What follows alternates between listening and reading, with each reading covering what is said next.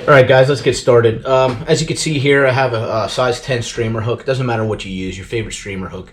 And I have a cone affixed to the hook. Like I was mentioning earlier, one of the advantages of this fly is that it's heavy. It's easy to get down and keep down in the water column. So I'm going to go ahead and use some lead wire to add some additional weight and also to keep this cone in place. So it's really not that complicated. I'm just going to take a piece of this lead wire, if I can find my scissors, and I'm going to begin wrapping about 3/4 of the way between the hook eye and the bend of the hook. And I'm just going to make my wraps.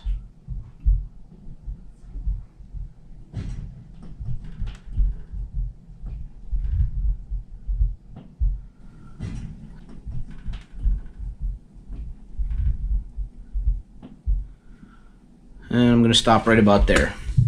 Now, I can snip this.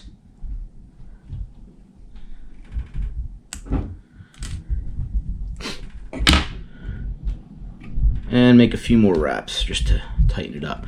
One of the things I like to have close to my vise at all times is a pair of needle nose pliers, and I'll just take this to push the wire up.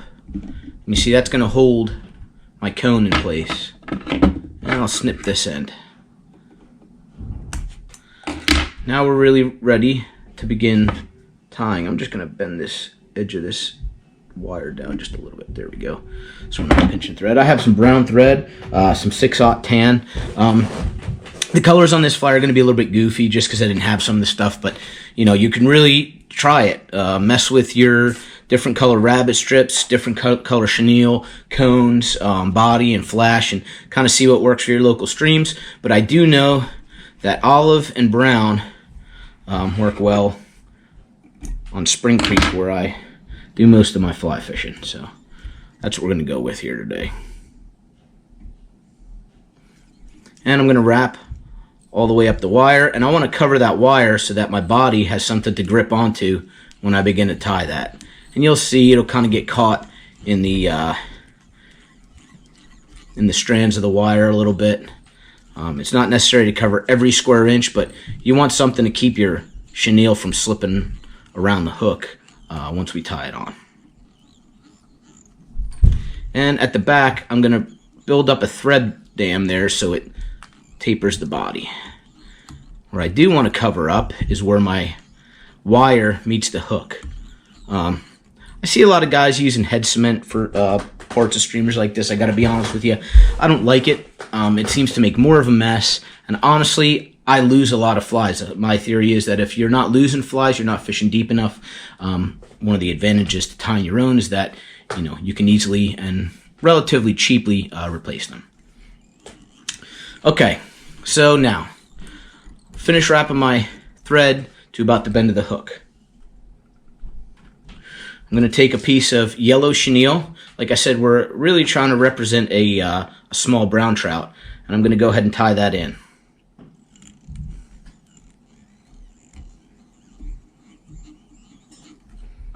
Just snip this little piece of excess off.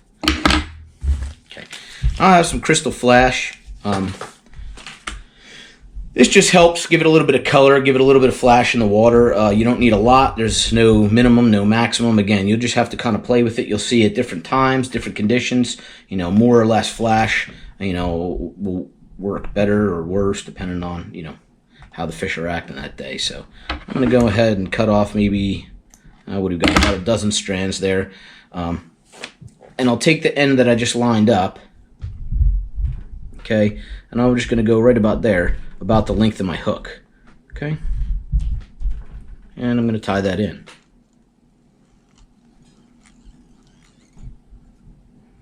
Now that I have that secured, I'm going to snip the excess and take a few more thread wraps to secure it. For those of you that have seen my vise, I have a Dyna-King Kingfisher. It's not the most expensive, but I tell you what, they're not cheap, and they will last you a lifetime. This one I've had for several years. Okay, so now I'm going to wind up my thread to right behind my cone, and I'm going to start wrapping my chenille.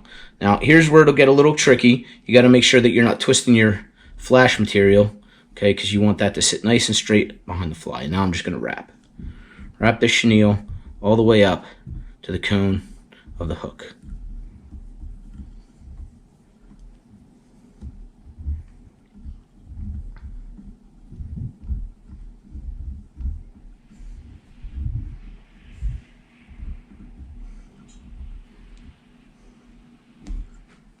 And I'm going to secure that with a few thread wraps in front and a few thread wraps behind. And I can get rid of this.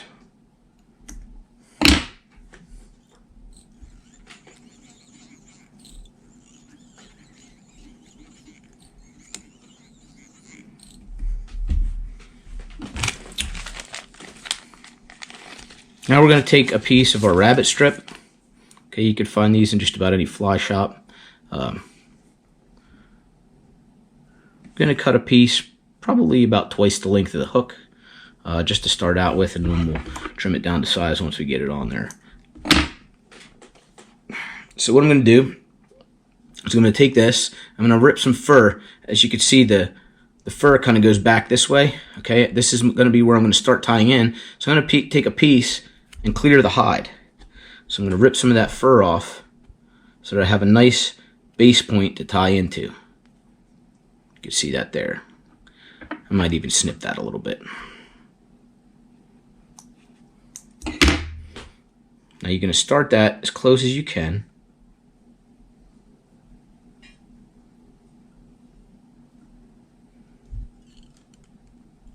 Right behind your cone. And take a couple thread wraps to secure it.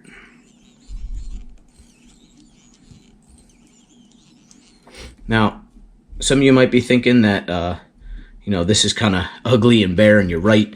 We're not done tying, okay? So I am going to wrap some marabou up there, but that's our next step. So here you go, about 1/4 of an inch back, I'm going to go ahead and separate some of that fur, okay? And I'm going to go back towards my hook and take a thread wrap or two right at that little pinch point. It's going to be important for you to kind of do some soft loops. I'll take a couple wraps there. 1, 2, 3.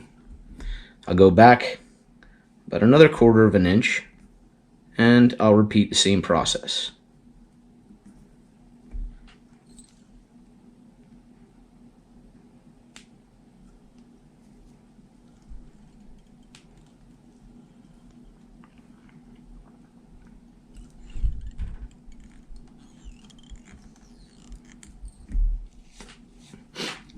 Now I can go ahead and trim the tail. I don't like to leave them too long because I've noticed that I miss a lot of strikes when the tail is too long. They're just territorial strikes. So I'm going to go ahead and clip just about 1/4 of an inch past the bend of the hook.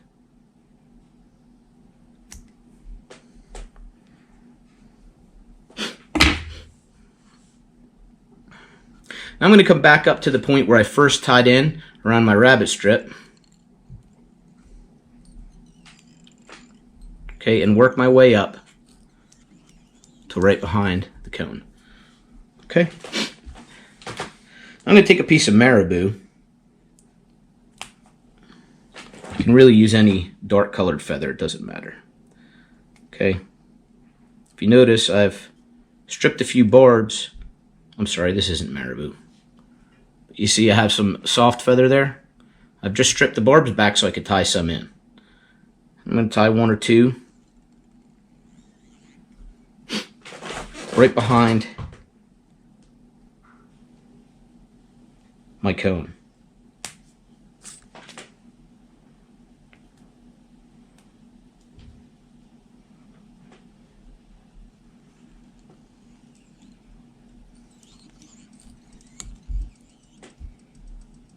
Now I'll take those and I'll wrap right around the cone. Oh, I missed one there.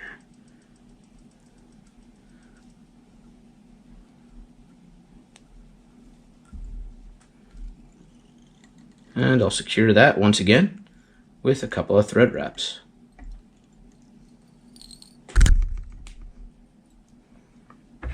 I'll get rid of the excess.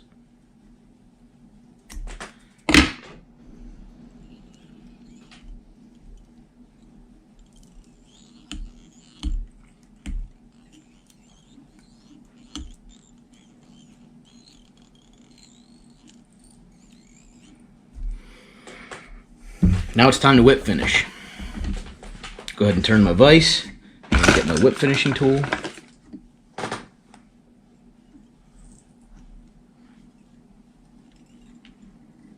And I'll whip finish.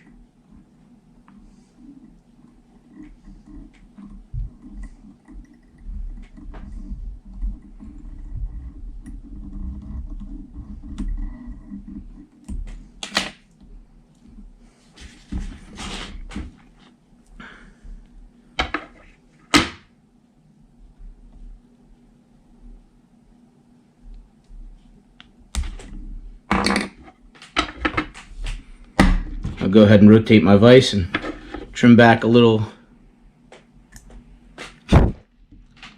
of that hackle. And there you have it, guys. Little brown trout. I found this pattern to be very, very effective in the summertime and in the winter.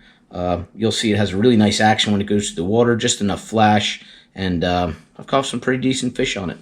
So good luck to you.